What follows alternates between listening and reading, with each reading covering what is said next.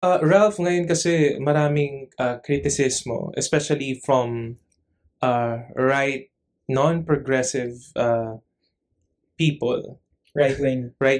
right-wingers basically, sa idea ng pagiging woke and yung impact niya sa society.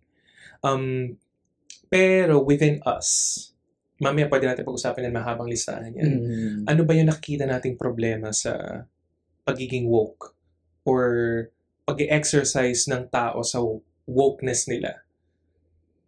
Okay. Marami, ang dami.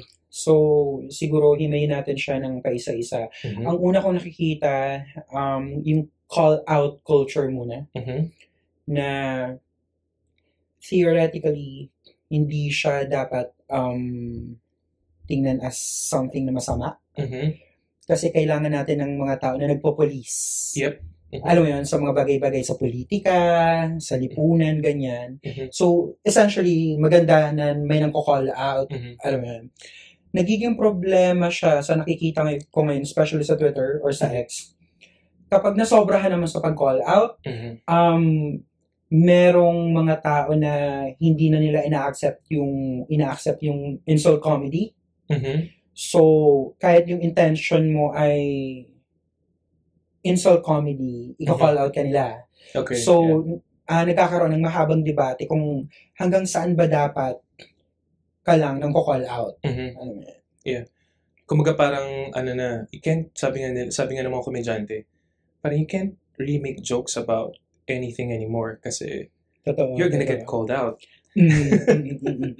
And also siguro yung like sabi mo nga kanina, maganda naman yung intention ng pag-call out. Pero also yung manner of how you call out people and yung subject na kino-call out mo. Minsan dun tayo nagkakaroon ng problema. So for example, dun sa manner of calling out, kulang na lang minsan parang patayin mo na yung pamilya nitong nagkamaling tao. Tapos, pero ang niya, yung... Which is ironic.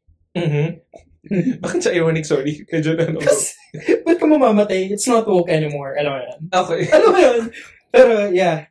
Yeah. Pero nakakatawa kasi totoo, diba? Oo. Na, hindi siya commensurate dun sa ginawa ng tao.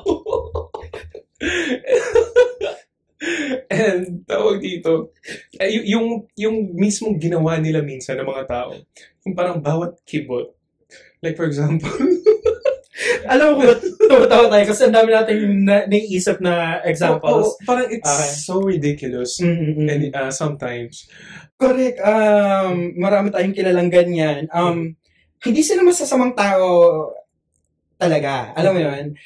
Nasobrahan lang sila sa pagpupulis na parang minsan maawa ka din sa kanila kasi parang burden nila. Parang may ganoon silang, diba, parang may sinaset silang burden sa mga sarili nila na... Parang meron silang krusada. Oo. Literal meron silang cross na dinadala sa likod. I mean, not literal, pero yes. Figuratively. Alright, go. Ako personally, naa-allow ko siya to some extent. Doon lang ako siguro may pagpipigil kapag yung calling out ay nagiging na siyang ang bobobo nyo! Ang bobobo, ganyan, tanga. Doon siya for me, nagiging counterproductive, na parang, yung pinaglalaban mo, nawawala na. Parang you're supposed to be enlightening people. Correct, and uplifting them. Uplifting them and taking them to your side. Para making them understand ano yung mga dapat gawin, ano yung dapat ipaglaban, ano yung mga hindi mo dapat gawin. Stuff like that. Feeling ko dito sa call-out culture, again, okay siya naman, essentially. Pero minsan, as people who label ourselves as progressive, magkaroon din tayo ng time for ourselves to be lenient sa mga bagay-bagay na hindi naman criminal. Yeah. Alam mo yun, like, may mga bagay kasi na delikado kapag pinoblicize mo na. Pero yung mga ansyahan, tama ba yung slang? Or yung mga baklaan na private or sa atin lang naman, may certain border na pwede siya na pwede pa, na fun pa siya, na parang girl tayo lang pa, alam mo yun. Hanapin natin kung kailan tayo magiging lenient. Alam mo, hindi yung pag-isip lang natin, woke ako. Sino mo babadro sa akin? Sino yung call out ko? Huwag naman ganyan. Kasi yung mental repercussion or health repercussion on mentally, sa'yo din yun babagsak, alam mo yun. Yeah.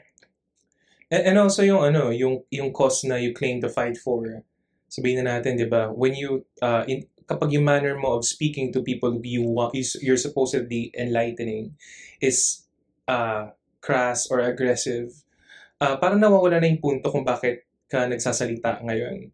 Kumbaga parang you're supposed to be taking them to your side, you're supposed to be spreading awareness about social injustices, inequalities, and what people should be doing to fight those. So kailangan maging careful sa pag-call out. Yun siguro yung ko doon take.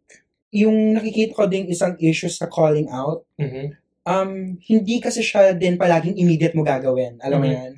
May mga bagay na, oo, may mga bagay na kailangan mo i-address immediately talaga kapag sobrang dangerous na, kapag life-threatening, or kapag yung taong i-call out mo, baka hindi mo na siya makita ulit. Alam mo yun, gusto mong sabihin agad.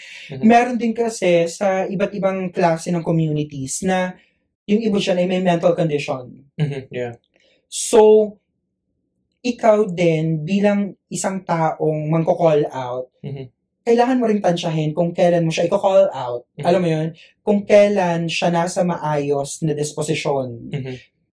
Kailangan ng tao na, kumbaga kahaluan din nila yung ng compassion and empathy kapag gusto nila mag-call out ng tao. Kailangan may understanding sila sa kung ano yung disposition nga ng taong kino-call out nila. And kung kailan dapat lang sila mag-call out, they need to also make timpla that. Correct. Make timpla. Pero go. Totoo. Pero hindi natin ina-erase na yung katotohanan na ang dami talagang kailangan i-call out immediately. Alam mo yun? I think ang perfect example nito is yung sa experience mo sa Pride March. Yung nakwento ko sa yung may bullying. Yeah. Sa QC Pride Festival Assessment episode na parang ulit-ulit ginagawa ng tao yung bullying dun sa friend mo. And you feel the need to really call out or talk to that person kasi baka masira yung araw ng kaibigan mo. Totoo. Right? And meron talaga siyang tendency na for the third time, inulit niya yung bullying. So, ibig sabihin, kailan ka magsa-stop? Hanggang walang nagko-call out sa'yo, hindi ka titigil. So, yun yung mga tama. Ang ganda nun. Yung perfect example na kailangan mo siya i-call out kagad. It's only one day in a year where we can celebrate as LGBTQ plus individuals yung pride natin. And hindi dapat siya maruin ng kahit sino tao, kahit galing ka pa sa community. Anyway. Correct.